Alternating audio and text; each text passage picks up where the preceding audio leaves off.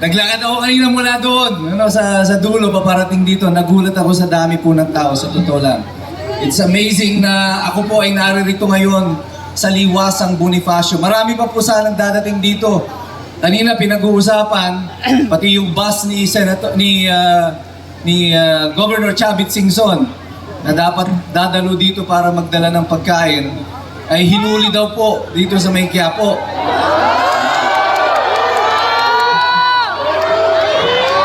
Dati, senador at saka mga congressman na hinuhuli. Ngayon pati lugaw hinuhuli na. Ganon ka-desperado itong pamahalaan ito. But alam niyo ba, ang lugar na ito ay makasaysayan ni Liwasang Bonifacio.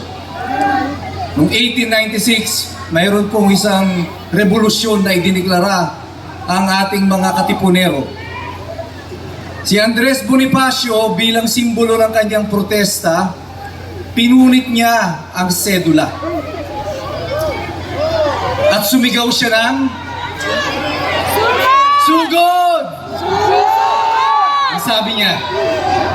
At ngayong gabi, uulitin natin ang eksena na yan dito sa Liwasang Bonifacio. Kayo ang mga katipunero ngayon sa gabing ito. Tayo ang susugod para sa demokrasya. Kaya nyo ba yun? Sige, testing lang ha. Sa aking hudyat, pagtaas ko ng aking kamay, sabay-sabay tayong sisigaw ng sugod. Ready? 1, 2, 3! Malakas, pero kailangan pag sumigaw kayo ng sugod, yung talagang feel na feel nyo. Yan, tubig daw, masigaw doon. Pag sumigaw tayong lahat ng sugod, kailangan yung pakiramdam nyo, yung mga misis natin dito, di ba? Pag nahuli nyo yung mister ninyo, may ka-chat doon sa cellphone, di ba? Hi! Dapat ganun. Parang nakita nyo yung kapitbahay ninyo na 3 taon na yung inutang sa inyo. Nagtago, tapos nasa lubong nyo sa kanto. Sugod! Kaya ba natin gawin yun? Muli, sa aking hudyat. 1, 2, 3!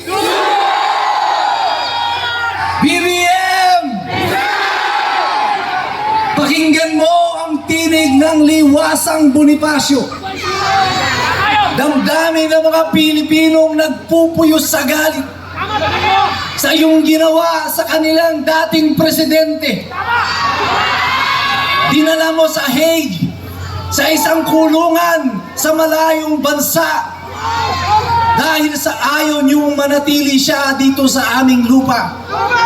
At ngayong gabi, pakinggan niyo ang sigaw ng sambayanang Pilipino. Sabay-sabay, sumisigaw!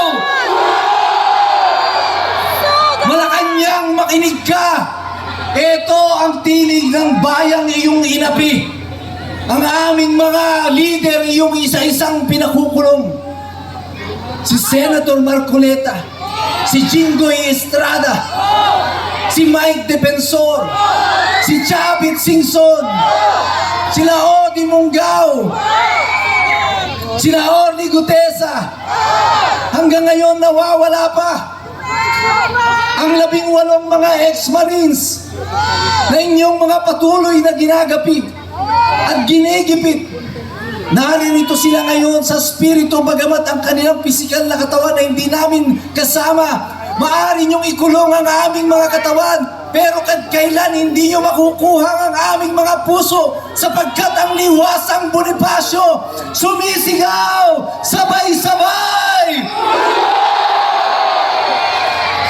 Naririnig niyo ba ito, Malacanang? Ito ang totoong sambayanan. Ito ang puso ng Pilipino. Ang nais namin isang matuwid na pamahalaan. Hindi namin kailangan ng ayuda. Ang kailangan namin pamahalaang hindi nagnanakaw. Ito ang deserve naming mga mamamayan. Hindi namin kailangan ng AIX. Hindi kailangan niyang tupad. Hindi namin kailangan na ang 8 kilong bigas na ninakaw ninyo yung 2 kilo na dating 10 naging 8.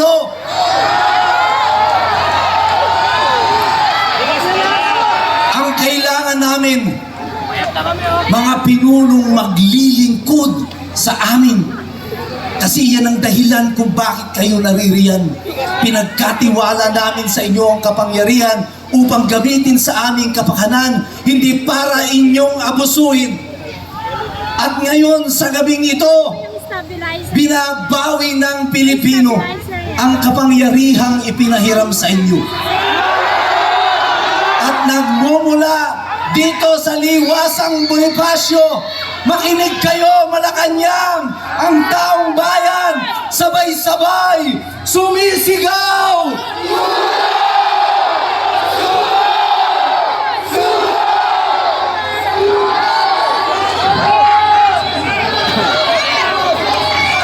Ang sigaw ng Liwasang Bonifacio, Marcos resign! Marcos resign! Marcos resign! Marcos resign! Marcos resign! Marcos resign! At gabi-gabi, yan ang madidinig ninyo sa inyong mga tainga.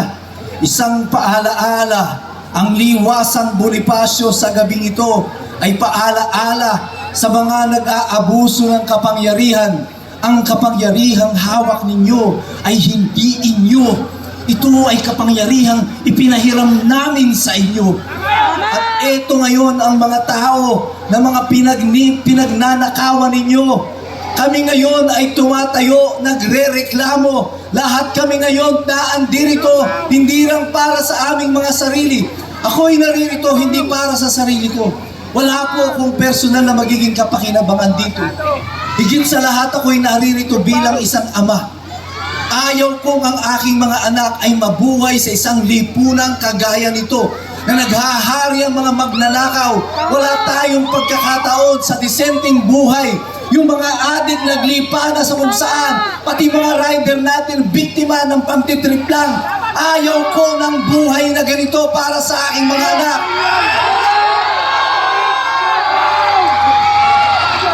Mayaman ang Pilipinas. Napakayaman ang Pilipinas.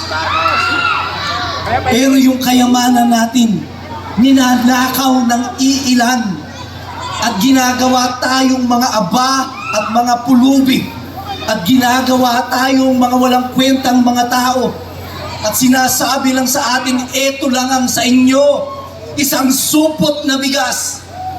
Eto ang sa inyo, 2,000 piso bayad sa boto nyo, 1,000 piso. Pero ang Pilipino, tayo ay mga marangal na mga tao. Kaya sila Andres Bonifacio nung tumindig dito sa Liwasan, walang baril, walang armas, mga magsasaka, mga mangingisda, mga ordinaryong mamamayan.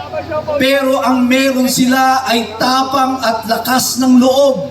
At ito ang bitbit ninyong lahat sa kasalukuyan. Ito ang meron tayo. Ang tanging kalayaan na magsalita at magpahayag at gusto pa nilang agawin sa atin. Kaya nakakulong yung ating mga pinuno, hindi dahil sila ay mga korap, kundi dahil sila ay nagsasalita. Kaya tayong lahat